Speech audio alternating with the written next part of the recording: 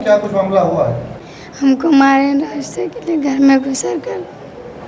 थाना थानेपुर रहे है और रास्ते के लिए झगड़ा हुआ है। हमारे बहन को मम्मी को घर में घसीट के मारे हैं घुस के, और बहन के साथ छेड़खानी किए हैं। कौन लोग हैं? नान बाबू, गुड्डा, रंजू, रीमा।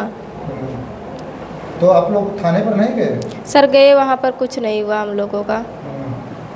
थाने कोई कार्रवाई नहीं हुई? सर कोई कार्रवाई नहीं हुआ है। सर थाने को क्या कुछ मैटर है? क्या कुछ मैटर है सर, ये रास्ता का विरोध है। रास्ता जाने नहीं देते हैं और घर में घुस के मारे। रास्ता खरती बोले कि हम रास्ता जाएंगे, वो रोका कि रास्ता तुम नहीं जाओ। और रास्ता के बारे में घर में घुस के हमारे लड़की को मारा और छेड़खानी भी किया। कौन लोग हैं? नान बाबू और गुड्डा, रंजू, रीमा। हाँ सर। तो आप थाने वाने अब नहीं गए हैं? थाने गए साहब, कोई सुनवाई नहीं हुआ। कितने दिन से, कब का मामला है? अरे ये तो ढेर दिन से चलता है सर, क्योंकि सबसे ज़्यादा गंभीर मामला काल का चलता है। कल से आप थाने गए तो कोई कार्रवाई हुई? हाँ गए सर, वकील कोई नहीं करवाई भाई। थाना धानेपुर के गांव की एक दुखद घटना है, जिस पर आरोप है कि पुलिस के द्वारा कोई कार्रवाई नहीं की गई।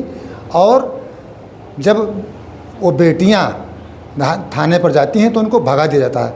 इस समय हमारे साथ अधिवक्ता श्यामधर द्विवेदी जी मौजूद हैं, जो पूरे घटना पर जानकारी देंगे। द्विवेदी जी, क्या कुछ प्रकरण है, क्या कुछ आपकी तरफ से कार्रवाई की जा रही है? इसमें ये धानेपुर थाने का मामला है।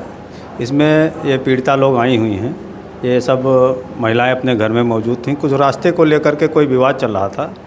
दिन में भी कुछ विवाद हुआ था तो थोड़ा सा मामला टल गया था, लेकिन रात में लगभग 7-8 बजे के आसपास फिर उसी विवाद को लेकर इन लोगों का कहना है कि विपक्षी नान बाबू आदि जो है वो आए और ज़बरदस्ती इनके घर पर चढ़ गए और इन लोगों को भद्दी भद्दी गालियाँ देने लगे। मना करने पर इन लोगों के द्वारा बताया गया कि घर में घुसकर मारा पीटा।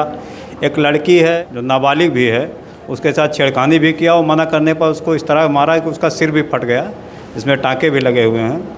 इन लोगों के द्वारा प्रार्थना पत्र थाने पर दिया गया, लेकिन अब किन कारणों से पुलिस द्वारा कोई कार्रवाई नहीं की गई, ना इसका कोई मेडिकल कराया गया, ना कोई FIR लिखी गई।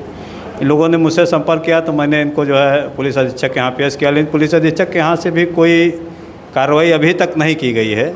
ना तो थाने पर कोई कार्रवाई की जा रही है, ना पुलिस से कोई कार्रवाई की। और ये पीड़िता यहीं कचहरी में बेचारी घूम रहे हैं, इनका कोई सुनने वाला नहीं है। SP साहब के यहाँ कब पेश किया आपने? SP साहब के यहाँ आज दिन में पेश किया गया था और उनके द्वारा भी यही कहा गया कि आप लोग थाने पर जाइए, और एप्लीकेशन इनका उठाकर फेंक दिया गया। तो हो सकता है कि थाने पर ये लोग पहुँचे हैं, एप्लीकेशन चूँकि SP साहब के यहाँ से देर में पहुँचे, तो कोई कार्रवाई हो? अब कोई उम्मीद तो नज़र नहीं आ रही, लेकिन फिर भी देखा जाएगा। अच्छा, अगर ऐसे में कार्रवाई नहीं होती है तो एज ए अधिवक्ता, चूँकि आप अधिवक्ता हैं, वो अधिकारियों को, पीड़ितों को न्याय दिलाने का काम करते हैं, आपकी तरफ से क्या कुछ कार्रवाई की जाएगी?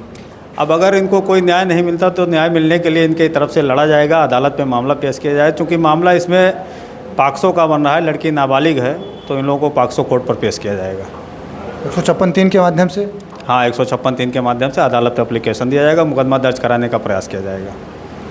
आपने साफ तौर से सुना, जो बेटियां हैं उनका बयान आपने सुना, बेटियों की माँ है उनका बयान आपने सुना। हालांकि चेहरा इनका हम नहीं दिखा सकते हैं, चूँकि बेटियां हैं, नाबालिग हैं, भविष्य में इनका परिवार बसना है।